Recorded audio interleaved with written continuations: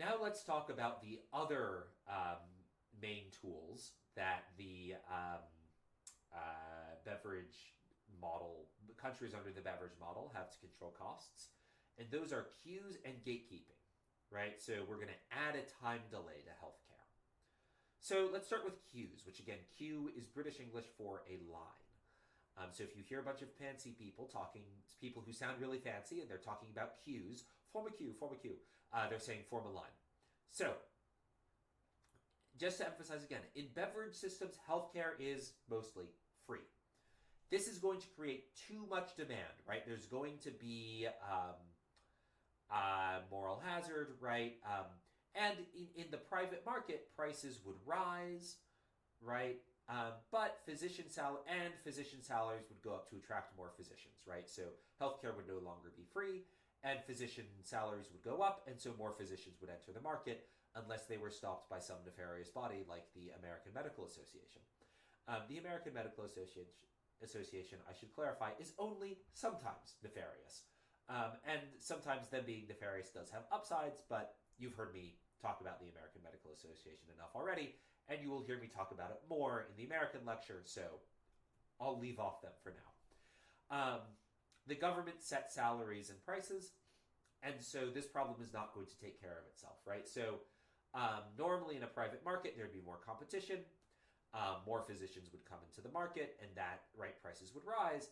But the government might say, no, we need to keep prices low, so we're not going to raise physician salaries, and we're also not going to raise prices for care because we think it needs to be free. And so this is going to create a high demand and a low supply, which is going to result in wait times, right? Because more people are going to want care than the government has physicians to provide it. And the natural thing that happens is you just gotta wait. So, what are the costs of queues? What are the costs of long wait times? Well, patients who need care may not get it in time, right? So let's say I need a surgery because I'm at risk of heart failure. I may die before I get a heart transplant, or it may be, right. So let's say I need to see a neurologist, and wait times for neurologists in the U.S. are still like 6 months. But let's say I need to wait 2 years to see a neurologist, right? That's really bad, right? I'm going to live with migraines for 2 years, and, if I could see a neurologist tomorrow, right, they can be cured immediately, right? That's a lot of pain I have to go through because of the wait times, right? Long wait times can be incredibly politically contentious, right? Governments, right, can lose power because of the wait times in the healthcare system are too long. And many reforms to Beveridge system focus on reducing wait times. We'll go over some reforms in the UK that the UK implemented to reduce wait times later on. But queues also have benefits, right? So this is a way to reduce moral hazard, right? So, for example, wait times may deter patients who don't need treatment, right? So let's say my back hurts, right? And I sign up for a back surgery. But I don't actually need the back surgery, right? This is the classic example where a pillow and some stretching will take care of it. If I have to wait 6 months for the surgery, I'm just going to buy the pillow and start doing the stretches. And then once I'm in the habit of using the pillow and doing the stretches, I'm like, I've made the lifestyle adjustment. It wasn't as much work as I thought it would be. I kind of like stretching now. I'm a little more active than I was before. I feel fine. I don't want to go through that whole surgery recovery time, so just cancel my surgery. I don't need it, right? So, and there's evidence this is true. So, for instance, in the 1980s, somebody did a male survey of patients on a wait list for orthopedic surgery in one UK hospital, and only 48% of patients on the wait list still wanted it when they were asked, right? They're like, hey, you're on the wait list for this surgery. Do you still want it? And 52% said, nah, I don't need it anymore, right? So this reduces ex post moral hazard, right? So that's one benefit of queues. The other benefit of queues is a benefit that economists, economists are more comfortable talking about this, but in the 1980s they would not want to talk about this, right? Economists today talk about equity a lot, But Qs are very equitable, right? They treat the rich and the poor the same, at least on paper. We'll get to that. But right, if a rich person and a poor person show up to the hospital with the same condition, at least in theory, they're going to be put in the same line and have to wait the same amount of time. Now, in practice, that's not true. The educated empirically oftentimes face lower wait times than the less educated do, right? And educated people tend to make more money, so, the rich probably face lower wait times than the poor. This is possibly because they're more adept at navigating the bureaucracy, right? They know the right people to call, they know when to call, right? They're better at figuring out which agencies are going to be able, which hospitals are going to have free, have appointments earlier, right? So in practice, this is not quite true. The more educated do face shorter wait times in reality than the less educated do. But in theory, right, it sounds very equitable. This approach sounds very equitable, and it is probably in practice more equitable than, rationing healthcare through price, where, at least this way the poor people get care eventually, while if you're rationing healthcare through price, the poor people might not be able to afford a treatment. So how do we model Qs? Right, so let's say, this is our surgeon, right? Q goes this way, right? So this is low wait time, low wait, high wait.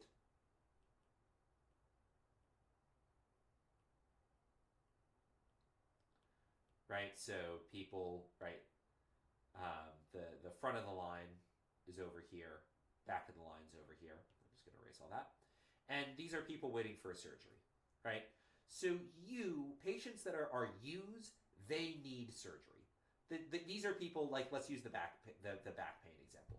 These are people who actually need the surgery on their back, right, to fix the back pain. The W's are the people who actually just need a pillow and some stretching, right? The surgery would be nice for them, right? They might prefer the surgery, but if they were paying the cost of the surgery, they would not be willing to pay it.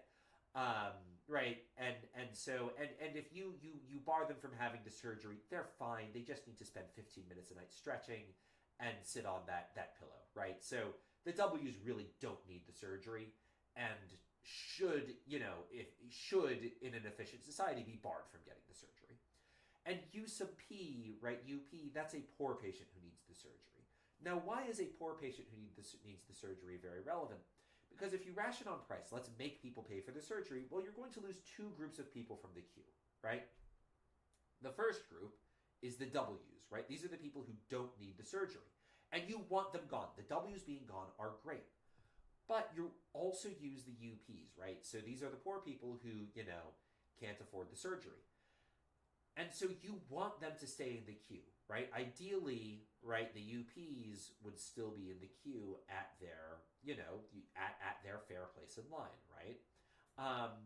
But when you price ration, right, that discourages people who don't actually need the surgery, but it also discourages poor people who do need the surgery. And the upside for this is that, the queue gets shorter. But the downside is the poor people don't get care. Right, so rich people have less of a wait time, but poor people don't get care at all. So that's the downside of price rationing. That's the downside of making people pay for their own medical care, is it screws over the poor. So how do we remove the W's from the queue without removing the UPs, right? How do we remove people who don't really need the surgery from the queue without removing poor people who do need the surgery? Well, one way to do that is gatekeeping, right? So in most Beveridge systems, you can't just see a specialist. You can't just see a surgeon because you feel like it. Like, my back hurts, I want to see a surgeon. No. You need to be referred there by your general practitioner, right? So that's your primary care doctor. This is sort of a doctor. And this is like, your everyday doctor who's giving you checkups, right? And these general practitioners are gatekeepers. And the way to think about that, they're on one side of the gate, and they only let patients through the gate who they think need care, right? So they stand in front of the surgeon gate, and if they think they halt, describe your back condition. Does it hurt if I do this? How frequently are you hurt? Have you tried stretching, right? And then if they're either going to say, you may pass, you may see the surgeon, or you are clearly a W, you may not pass. And then you turn into a Balrog, and there's a giant standoff in the mines of Moria, and you battle the Moria, you die, you come back as Gandalf the White. And anyway, I think that's Lord of the Rings, but you get the point, right? They say if you're a W, ideally they catch you, right? You may, right? And this is another thing, right?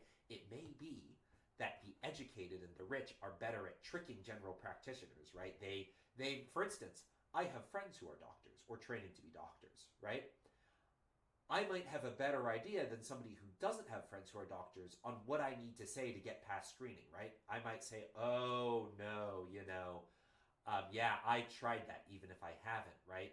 Or I might know the right words to, or maybe, the general practitioners might subconsciously discriminate, where a general practitioner might be like, oh, you're a jolly good fellow, Mr. Gentleman, sir, and I if I'm coming in with like a top hat and monocle, like some British doctor might be like, a fellow kindred spirit.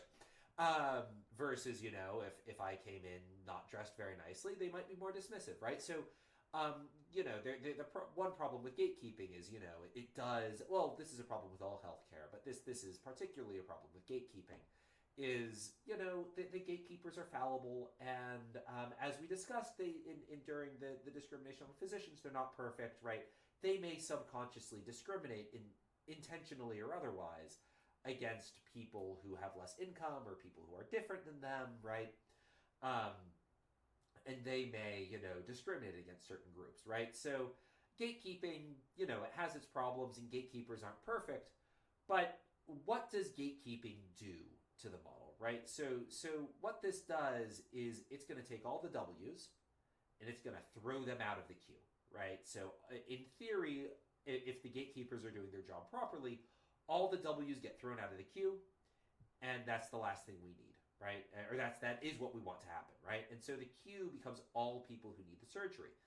So note that some of these should still be UPs. I'm not sure why this graphic took out the UPs, but the UPs are still here, right? So that's the advantage of gatekeeping, is the UPs are, I'll just keep the P's around here. UP, and we'll say there's another UP here, right? So the poor people who need the surgery still get treatment, but the people who don't need the surgery don't get the treatment, right? And so this is the best of both worlds. But you may notice queue's still really long here. So it's possible that you throw out everybody who doesn't need the surgery, right? So you fix the moral hazard side of the equation. But it's possible that the government still hasn't hired enough specialists. And so even without moral hazard, there are still too many people waiting in lines, right? And lines can still be long even with gatekeeping. So this is, the people who need care, people suffering from back pain, right? Their care is delayed. And this could potentially cause huge welfare losses, right? And because, pain is part of welfare, and pain sucks, right? So people might be in pain for much longer than they need to. They might die because they don't get treatment in time, right? This is a serious problem. So how can we reduce queues? Well, the first way to do it is to decrease demand, right? So we can increase use of gatekeepers, right? This is going to sacrifice health if they make mistakes. It will also sacrifice equity if the gatekeepers are discriminating or are being tricked by, savvy, rich, educated people.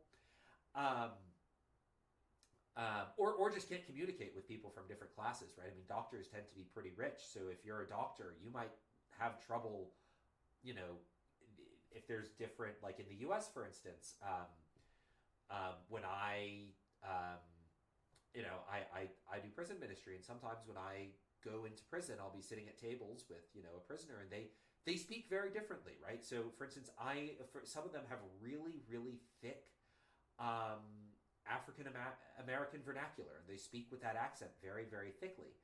And it can be difficult for me to understand what they're saying, right? So what if I'm their doctor and I don't realize how serious their problem is because I can't understand them, right? So that would sacrifice equity as well. So the increased use of gatekeepers sacrifices health if they make mistakes. It also potentially sacrifices equity if, for instance, doctors have trouble understanding patients from lower class backgrounds. And or white doctors have trouble understanding patients who speak in African American vernacular, or immigrant patients, right? Um, so you can raise standards to required to receive care, right? So we might say, we're going to, before you, if your pain was a 5, we were going to let you get the surgery, but now if your pain is a 7, now we're only going to let you get the surgery if your pain is a 7, right? And that's going to sacrifice health, right? Because some people who might want the treatment aren't going to be able to get it anymore. And then you can also prioritize patients on how much the treatment would help them, right? So this is just sort of an efficiency thing, right? You kind of want to do this no matter what, right? This doesn't sacrifice health, wealth, or equity in particular, but it does require you to figure out how much treatments is going to help patients, and that has a cost in and of itself, right? Monitoring people, deciding who needs care is a cost in and of itself, right? People think like, oh, we'll just add extra requirements. This is a common problem in welfare in the U.S. where people say, oh, we'll just add these we don't want to be giving welfare to people who aren't working, right? And so maybe you don't want to give welfare to people who aren't working, but the problem is that it actually takes a fair amount of resources to evaluate whether people are working. So you lose some of it. Like, it's very easy to just send people checks in the mail. It's a lot harder to figure out if someone is working and send them a check if they are working. And so it turns out when you add these requirements to welfare, the requirements are not free of cost, right? It costs money to monitor people. And similarly in a Beveridge system or any healthcare system, it's going to cost money to evaluate how much treatment would help people. Now, it may be worth it. It may not be much money, but it's still important, right? It's still an additional cost the system needs to pay. And you could have doctors saying, oh, Tim, my cousin, he really needs this treatment, even if he doesn't really need this treatment, because, Tim's my cousin, versus Bob, who smells bad. Maybe he needs the treatment more, but he smells bad, so I don't want to give him the treatment, so I'm going to prioritize Tim over Bob, right? As soon as you open up sort of physician discretion, you open the door to biases and more inequity, right? The other thing you can do, other than decrease demand, is try to increase supply, right? And so you're going to hire more doctors, you build more hospitals, right? The problem with that is it's expensive, it costs money. You're sacrificing wealth. You can pay doctors higher salaries, right, to attract more of them. That's also going to sacrifice wealth, right? Or more salaries to medical staff who aren't doctors, right? As we discussed during the hospital lecture, medical staff who aren't doctors, nurses, administrators, super important. Medical orderlies, right? And then you can also outsource care to private providers, right? So say, okay, we'll allow there to be a private system in addition to the public system. The problem with that is that the private system is going to cost money to use, and at that point, the rich have an advantage over the poor in getting access to care again, so you're sacrificing equity, right? So all these wait time, queue reduction policies, they have upsides and downsides, and societies need to decide which upsides are worth paying, which policies have upsides worth the downsides, and how best to implement these policies, right? Just to hammer this home and really emphasize this, depending on how a policy is implemented matters, right? A policy that is implemented competently and carefully can have lower downsides and higher upsides than a policy that has that's theoretically the same, but is implemented poorly, right? So policy implementation matters. So have Beveridge countries been successful in reducing their queues? Well, in the UK for a long time, the answer was yes. So in 1990, 21% of inpatients in the National Health Service suffered over a year of wait times, right? That's really bad. By 2000, that had dropped to 5%, right? In 1990, the median wait time between being referred and seeing treatment was 19.2 weeks. That's a long time. By 2000, it was 4.3 weeks. That's super short. That's just over a month, right? That's remarkable, right? That's around a month, actually, right? That's great. That's over 10 years. That's a massive reduction in queue times, right? That's awesome. However, Since then, queue times have been ticking back up, right? So in 2019, the median wait time was close to 2 months, right? 7.7 weeks. And after COVID, wait times just exploded. So in 2025, the median wait time, this might be 2024, but 2024, 2025, the median wait time is 13.6 weeks, which is brutal, right? That's over 3 months wait between being referred to a specialist, if you're being referred to a specialist, and being able to see a specialist, right? That's a long time. Now, it's not 19.2 weeks, but it's still a very long time, right? 3 months is a long time to wait for medical care. In Canada, queues have increased over time, right? So in 1993, the median wait time between being referred to a specialist and seeing treatment was 9.3 weeks. And sorry, this is 2025, not 2010. In 2025, that time was up to 30 weeks, right? That's absurd. 30 weeks. I don't even know how many months that is. That's 7 months. That's 6 months, right? So that's a 6 month waiting time before a doctor saying you should get treated for this and being treated. That's super slow, right? And so the U.S., right? So, for instance, if you want a migraine appointment, right, you might face a treatment time of 6 months, but most specialists do. There are some specialists in the U.S. that do have treatment times of 6 months, but this is the average wait time to see a specialist, right? All specialists, right? And so 30 weeks is a ridiculous amount of time to wait. And that's the one of the real costs of the Beveridge system is these really long wait times, which again the American system and the Bismarck system have, but not as badly.